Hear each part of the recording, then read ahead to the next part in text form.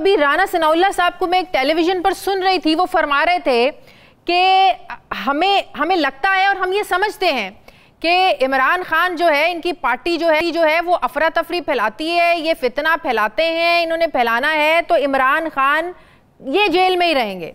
चंद रोज पहले भी राना सनाउल्लाह साहब ने कहा था कि हुकूमत जिस हद तक मुमकिन कोशिश हुई इमरान खान को जेल में रखा जाएगा। आपको लग रहा है कि हुकूमत जो है वो इदारों के साथ तसादुम की तरफ बढ़ रही है? एक चीज़ मैं पहले अर्ज़ कर दूं, आज जिस बात पे बड़ा अभी खबर में देखी है और बड़ा दुख हुआ है, और उस पे मेरा ख्याल है कि इस ख़ास मामले पर तो पाकिस्तान पीपल्स पार्टी को स्टैंड लेना चाहिए नून के और हुकूमत के सामने बड़े वाज़े तौर पे, क्योंकि पाकिस्तान पीपल्स पार्टी की रवायत ये रही है कि 2 मरतबा बीबी शहीद वज़ीर आज़म हुई, अब दूसरी मरतबा आसिफ जरदारी साहब सदर मुमलिकत हो रहे हैं, जो एक नया रिकॉर्ड है और बड़े वाज़े अंदाज में वो सदर हुए हैं मुंतखब। और इन चारों अहदों में चौथा अहद तो शुरू हो रहा है। इससे पहले एक पीपल्स पार्टी का अहद शहीद जुल्फ़िकार अली भुट्टो के सरबराही में भी रहा है।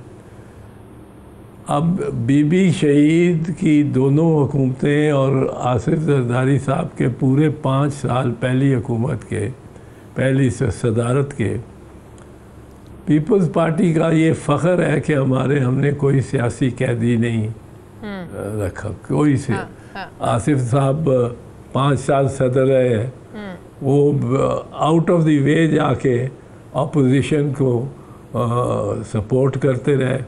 उन्होंने ये कह दिया शुरू में ही कि हम 4 साल सियासत नहीं करेंगे, आपको हुकूमत को बिल्कुल करने देंगे, आप आराम से हुकूमत करें, हम सियासत 5वें साल में करेंगे जब इलेक्शंस का दौरा होना शुरू होगा। तो ऐसी हमें तो अब हमारी हुकूमत भी में शिरकत भी हो, और सनम जावेद के साथ जो आज हुआ है, एक खातून है, वो किसी भी जमात से हो, उसको जब अदालत रिहा करती है उसको गिरफ़्तार कर लेते हैं। अब ये एक नई रीत डाल दी है नून लीग की हुकूमत ने। सही। ये मैं पीपल्स पार्टी से तो इसको जोड़ ही नहीं सकता, क्योंकि पीपल्स पार्टी में सनम जावेद मतलब दूसरे दिन आज़ाद हो गई होती। Women empowerment act peoples party ने पास किया, जिसके तहत सहूलत दी ख़वातीन को ज़मानत की। अब ये गवर्नमेंट जो है, ये नवाज़ शरीफ की और शहबाज शरीफ की और बीबी मरियम की, ये एक ख़ातून को मतलब है आज़ाद देख ही नहीं सकते। और आज जिस तरह उसको नोच के और लोगों से, माँ बाप से, और उसमें पुलिस की गाड़ी में बिठाया जा रहा था, मैं उस पर आफरीन कहता हूँ उस खातून पे, सनम जावेद पे, कि वो मुस्कुराती गई। बिल्कुल। अब ये इस किस्म का ये तो सारी फैमिली जो वहाँ इकट्ठी हुई थी उनके सामने उठा के लेके गए। मियाँ साहब कहते रहते हैं कि, और मरियम बीबी भी, कि मियाँ साहब के सामने मुझे गिरफ़्तार किया। यहाँ तो सारे माँ बाप बहनें भाई जो भी उसके कज़न वज़न सब थे, फ्रेंड, उनके सामने उसको उठा के ले गए। तो ये पहले तो मैं इसकी बड़ी मज़म्मत करता हूँ, और मेरा ख़्याल है कि पाकिस्तान पीपल्स पार्टी, मैं उनकी तर्जमानी नहीं कर सकता, पर मेरी उम्मीद है कि पाकिस्तान पीपल्स पार्टी इसमें अपना रोल प्ले करे, मतलब है रोल प्ले करेगी और इस पे हतमी पोजीशन लेगी। इस पे तो बड़ी इस किस्म का ख़वातीन के साथ हमारी हुकूमत में, तो जो बेनज़ीर शहीद की पार्टी है उसकी हुकूमत में तो ऐसे नहीं होना चाहिए। बिल्कुल सही। और उम्मीद है कि आप ये मशवरा भी देंगे, ज़्यादा पीपल्स पार्टी में आपके दोस्त भी हैं, सब हैं, आप मशवरा भी देंगे। दूसरा, क्या हुकूमत आपको लगता है तसादुम की तरफ बढ़ रही है? हुकूमत जो इस वक्त प्राइमरी उनका मकसद जो है ना कि सबकी निगाहें इधर उधर लगी रहें, उन लाशों में ना जाएं जो लाशें उनके हर MNA हर MPA जो पंजाब से नून लीग की टिकट पे मुंतखब हुआ है, उसके सहन में एक लाश ताज़ा दफन जिंदा दरगोर लाश है और वो उससे तवज्जो हटाना चाहते हैं हर लिहाज से। वो चाहते ही नहीं कि फॉर्म 45 की तरफ नज़र जाए उनका, और वो सक्सेसफुल कामयाब हो रहे हैं इसमें, क्योंकि ना PTI ना कोई दीगर कोई इसको सीरियसली नहीं ले रहा, जो कि सबसे सीरियस चैलेंज है इस वक्त नून लीग को, सबसे सीरियस चैलेंज। वो जो फॉर्म 45 जो ख़ुद इलेक्शन कमीशन ने अपलोड की थी चंद माह पहले, और वो नवाज़ शरीफ की, शहबाज शरीफ की, मरियम बीबी की या ख्वाजा आसिफ की, जिनमें इतने काटे ओवर राइटिंग हुई भी थी, 3 का 8 बनाया हुआ था, वो इधर से इधर जोड़ के 14 का 614 बनाया हुआ था। बिल्कुल ये इतनी ओवर राइटिंग की थी जिस वजह से ये मियाँ साहब जो कि ख़ुद अपनी इलेक्शन हार चुके थे, वो जो है ख्वाजा आसिफ साहब, मरियम बीबी, शहबाज शरीफ, ये सब हारे हुए। ये फॉर्म 45 को जनाजा का निकाल के उसको दफन करके और फिर फॉर्म 47 पे ये आसरा और सहारा करते हैं, और सिर्फ फॉर्म 47 पे। इस पे मैं आपको फ़र्क बता दूं, फॉर्म 45 जो है वो फॉर्म होती है जिसमें एक तरफ ऊपर सारे उनका नाम होते हैं कैंडिडेट्स, जो कैंडिडेट्स हैं, और वर्टिकली जो है वो सारे पोलिंग स्टेशंस के नंबर वाइज होते हैं। 264 पोलिंग स्टेशन है तो 264 से ये जो लाइनें मिलती हैं हर एक खाने में, हर कैंडिडेट का किस पोलिंग स्टेशन पे क्या कितने वोट पड़े हैं वो आ जाता है। सही। और इधर से हर पोलिंग स्टेशन पे हर कैंडिडेट को कितने मिले हैं। अब ये कुल जो इसका हर पोलिंग स्टेशन पे जो हर कैंडिडेट का वोट है उसका हासिल जो कुल है वो फॉर्म 47 में लिखा जाता है, सिर्फ, बाकी नहीं, डिटेल नहीं लिखी जाती।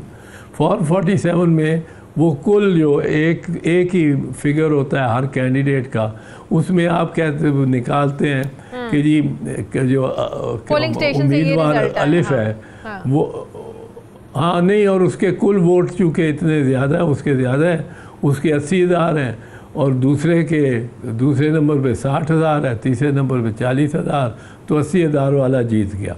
तो वो सिर्फ 80,000, 60,000, 40,000 लिखा जाता है। अब ये कहाँ से बनता है? टोटल लिया जाता है फॉर्म 45 से।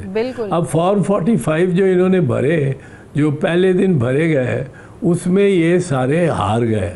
अब मियाँ साहब, आपको याद होगा कि मियाँ साहब विक्ट्री स्पीच देने के लिए आ गए थे, और वहाँ उससे उनको इतला मिली कि विक्ट्री स्पीच तो नहीं, जो रिज़ल्ट निकल रहे हैं आपके और दूसरी पार्टियों के, आप तो बड़ी बुरी तरह शिकस्त खा रहे हैं। बिल्कुल। और ये फॉर्म 45 वो जेन्युइन वो फॉर्म 45 बन गई, उनमें से सारे टोटल होते गए।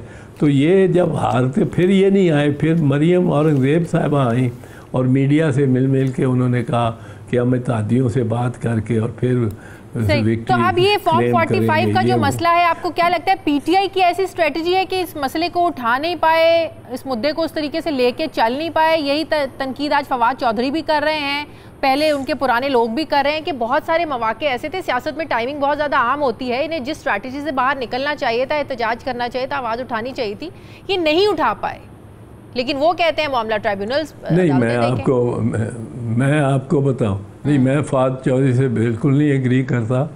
इस टीम ने जो PTI के केसेस लड़ती रही है टीम, इन्होंने कमाल किया है। अभी तक तो इनको कोई शिकस्त हुई नहीं किसी तौर भी, और इन्होंने ये भी जो केस जीता है ये मखसूस नशिस्तों वाला, सीटों वाला, सुन्नी इत्तेहाद खुसूसी नशिस्तों वाला, ये भी इन्होंने बड़ी मेहनत और बड़ी इसके पीछे उनकी बहस और वो सब कुछ है।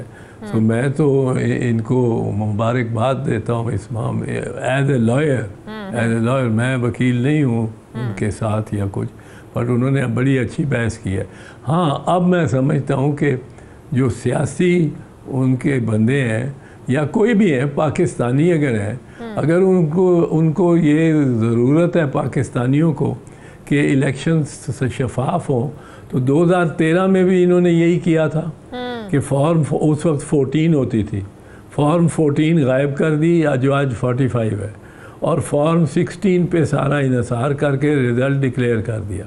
इसके पास मेरे पास एक हल्के के तो बाकायदा शवाहिद है जिसमें, और वो बाकायदा सर्टिफाइड शवाहिद है कि उसमें एक पोलिंग स्टेशन पे मिसाल के तौर पे के बैग से रद्दी पुराने अखबारों को तराशे और उसके भी उन्होंने 775 वोट विनिंग कैंडिडेट को दिए हुए थे, और नंबर 2 पे पीटीआई थी। एतजाज साहब, वो चट्टा साहब की आवाज़ दोबारा सुनाई नहीं दी, वो कहाँ गए? जब वो आए, उन्होंने प्रेस कॉन्फ्रेंस की, बड़ी एक थरथल्ली कहते हैं ना, वो मच गई थी, इलेक्शन पर सवाल उठना शुरू हो गए थे, दोबारा वो सारा मामला ही रफा दफा हो गया। लियाकत चट्टा वाला याद है ना आपको?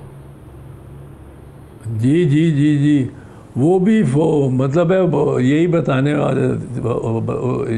रहा था बेस बुनियादी तौर पे कि इन्होंने ये फॉर्म 47 को पे जो भी रिज़ल्ट लिख के और फिगर लिख के और नून लीग के कैंडिडेट को जिता के, ये पंजाब में ही हुआ है, और जिता के, और वो फॉर्म 45 डिस्ट्रॉय करके, अब वो क्या कोई पूछता है क्या नतीजा है जी, ये नतीजा ये है।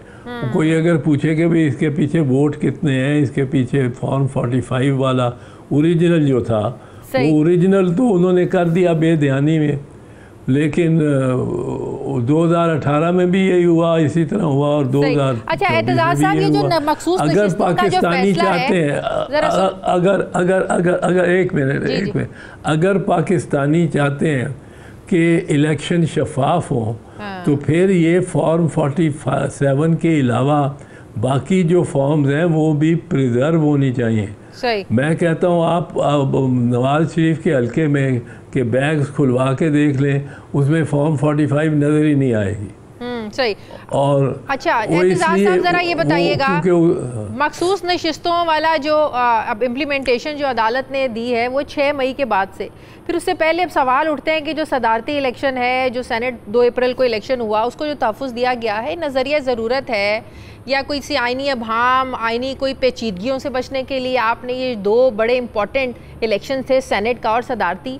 ज़ाहिर है ऐसा तो नहीं हो सकता कि एक जो एक ख़ास मुद्दत के लिए एक चीज़ गलत है, लेकिन ख़ास मुद्दत के लिए आप उसको सही करार दे दें और बाकी के लिए आप कह लीजिए गलत है।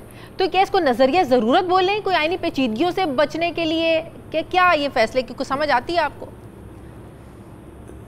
शादिया, बहुत से इस मामले पे प्रोग्राम हो चुके हैं, टॉक शोज़, और आपके इस प्रोग्राम से पहले किसी ने एक आर्टिकल का, ख़ास आर्टिकल का मैं ज़िक्र करने लगा हूँ, ज़िक्र ही नहीं किया। वो क्या कहता है आर्टिकल 67 कि अगर कोई vacancy, no proceeding in of parliament shall be invalidated only because there are vacancies in a house। अब अगर वैकेंसीज हैं, लोग इलेक्ट नहीं हुए कुछ सीटें खाली हैं, तो उसकी वजह से सदर का इंतखाब तो नहीं ख़त्म हो सकता। सदर तो मुंतखब हो गया है। और दूसरा भी उसी का दूसरा हिस्सा ये है, or if any persons voted who were not qualified to vote, even then the proceeding will not be set aside। अच्छा। इसकी मैं आपको मिसाल दे सकता हूँ कि लेट से इलेक्शन होते हैं, अभी बाई इलेक्शन 21 बाई इलेक्शन हुई थी, 23 बाई इलेक्शन हुई थी, ऑन 21 ऑफ अप्रैल, जिसकी वोट करने का निशान मेरे अभी तक इस नाखून पे है, और 21 अप्रैल को, और उसके बाद वो अब वैकेंसीज थी, उसमें दौरान कई कार्रवाइयाँ हुई, क्योंकि मार्च सारा महीना, अप्रैल का महीना पार्लियामेंट फंक्शन करती रही। या आप देखें कि